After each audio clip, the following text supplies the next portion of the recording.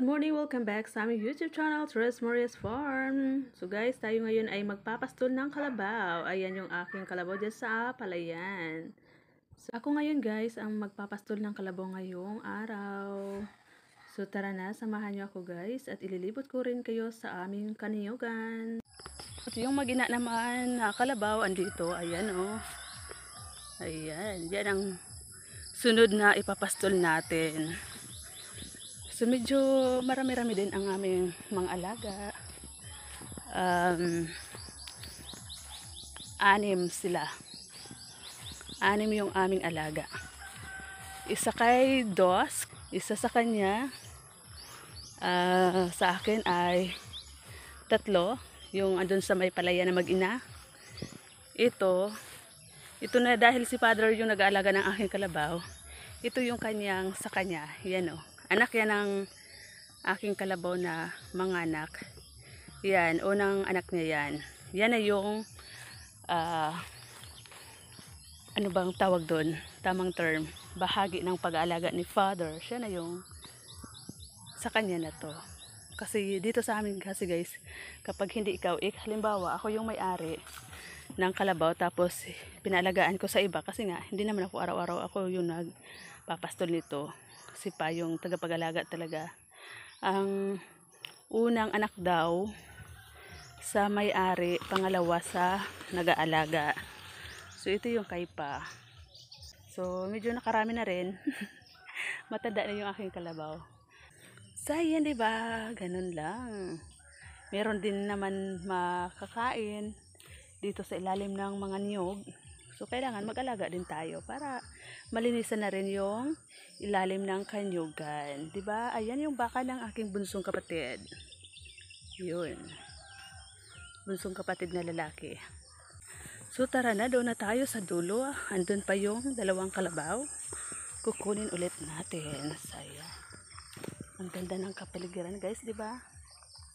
Ang linis ng ilalim ng kanyugan. Green na green yung mga damo. Oh, ha?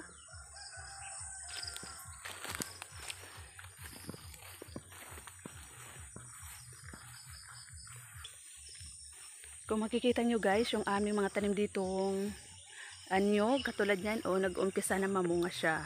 Ayan.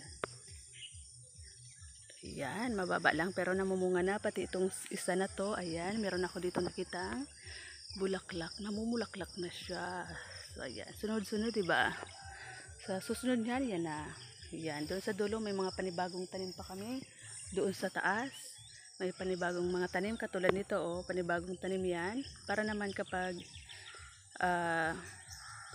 tumanda na yung iba na yan, merong susunod. At saka yan yung mga matataas na talaga, halos di na kayang kawit kasi masyado nang mataas. Ayan, diba, ang tataas na ng ibang niyog. So ito guys, mga niyog na ito, mga tanim na namin to simula nung nabili namin tong lupa. Tanim na namin to. Kami na yung nagtanim dito. So ganyan talaga dapat.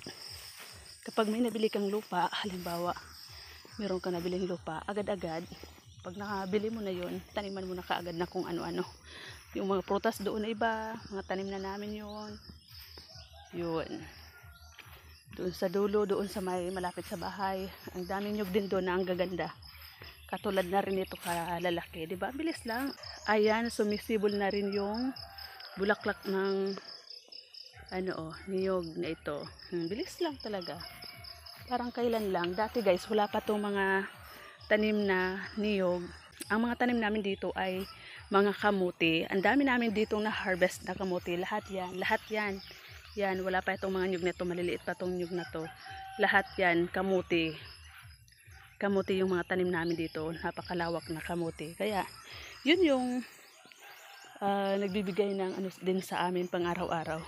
Tapos yung iba din ay bili namin ng mga alagang hayop, ganon. So ayan, andito na tayo. Andito na yung alaga nating 2 pang kalabaw. Ayan. Kukunin na natin at pastulan natin dito sa ilalim ng masaging kasi ang daming damo guys. Yan Hinahalikan ako ng kalabaw. Nagulat ako. Nalikan ng kalabaw yung likod ko. Ano ba? Ayun o, dila mo na kalabas. Ito yung aking kalabaw. Kalabaw ko to guys, babae. Malapit-lapit na. Nagdadalaga na tong kalabaw. Mga ilang buwan ito o ilang taon. Ano na siya naman ulit. Ano ba yan? Hindi ko mahubad yung tali oh. Teka lang. Hindi pala to yung akin. Akala ko yung akin to. Kay ano pala to? Lalaki pala to kay Cosinera, Gardenera pala to guys. Kay Dos, kay Tres Marias number 2. Ito oh, lalaki oh, ang taba. Tawag dami sa amin dito, toro. Para hindi na kami nagbabayad kapag magpapalahi yung mga kalabaw na babae. Kaya sabi ko kay Father, wag na tong alisin, wag na tong ibinta kasi para meron na kami ditong lalaking kalabaw. Hanapan naman natin ulit ng pwedeng mapagtalian yung mga madamo. Ito yung akin pala, halos kasi magkaparehas eh. Ayan, ito yung akin, babae ito, babae. Ang ganda ng ano niya oh. So ayan, hanapan naman natin ulit ng pwedeng mapagtalian yung mga madamo. Cute oh, ganda ng ano niya.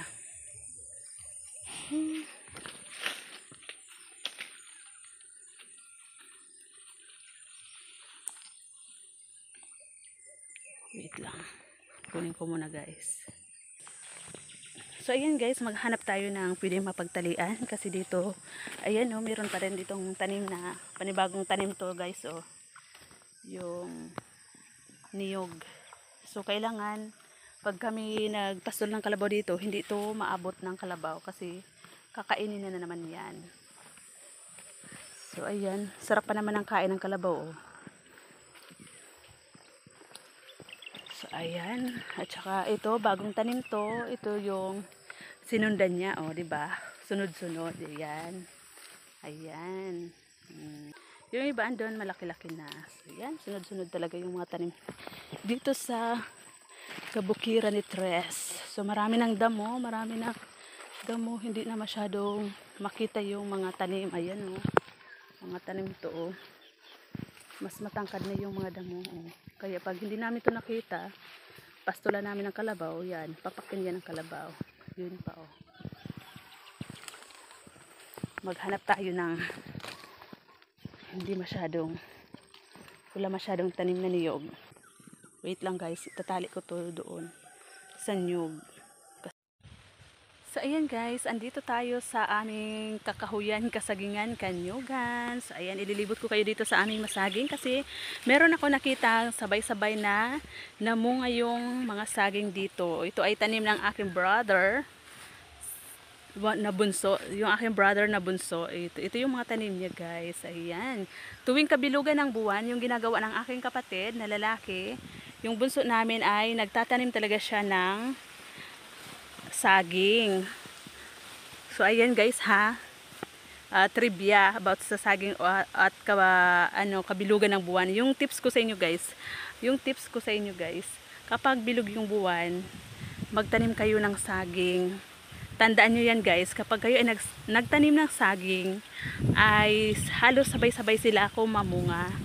Ayan, ayan sa dulo oh. Ito, ibang ano naman to, yung iba nito kasi nauna nang mamunga, yung kasabayan niya no.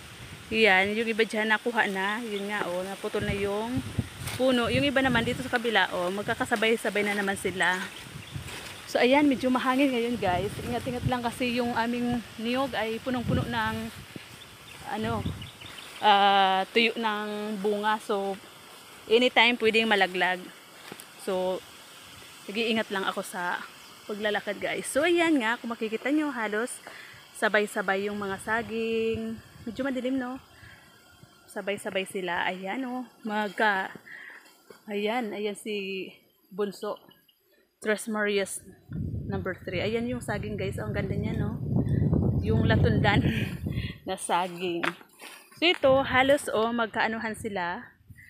Magkasabayan talaga yung dalawang puno, halos magkasabay. Parang kambal ba oh. parehong-pareho yung gulang ng saging. So ayan, dito tayo. Dito pa sa unahan. Ayan guys. Ayan, dito din oh. Halos magkakasabay ito i-harvest ni brother. Ayan oh, ang ganda oh. Latundan yung tawag nito guys. Latundan. Yung iba naman ay, lahat dito latundan pala. At yung iba ay senyorita. Ayan oh. Ang ganda oh. Meron pa ngang inanuhan ng ibon. Yun oh. May pugad ng ibon oh. Ayan. At saka ito, ang gaganda. So ayan guys. Tapos dito sa ilalim, pinagpapastulan namin ng baka kasi ang daming damo na pwedeng kainin ng baka. Ayan. At saka may mga kasama ding mga niyog na itinanim. So ayan, sunod-sunod, diba? So walang nasasayang na lupa dito sa farm ni Tres. Yung sa dulo guys, ayan, kung makikita nyo, napaka madilim na dyan kasi lahat yan mga niyog din. Diba? Sunod-sunod. Yung mga niyog ng De La Cruz family. De La Cruz kasi kami guys. Ayan guys, kung makikita nyo. Ang ganda-ganda oh, diba? Ang sarap nito kapag hinog na. Ayan. Ayan. Doon pa sa dulo, meron pa doon guys, tayong makikita.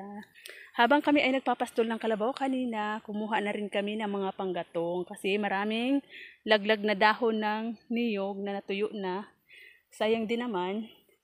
Andito rin lang naman kami, kinuha na namin para may panggatong kami sa aming kusina. So diba, ayan si Bunso.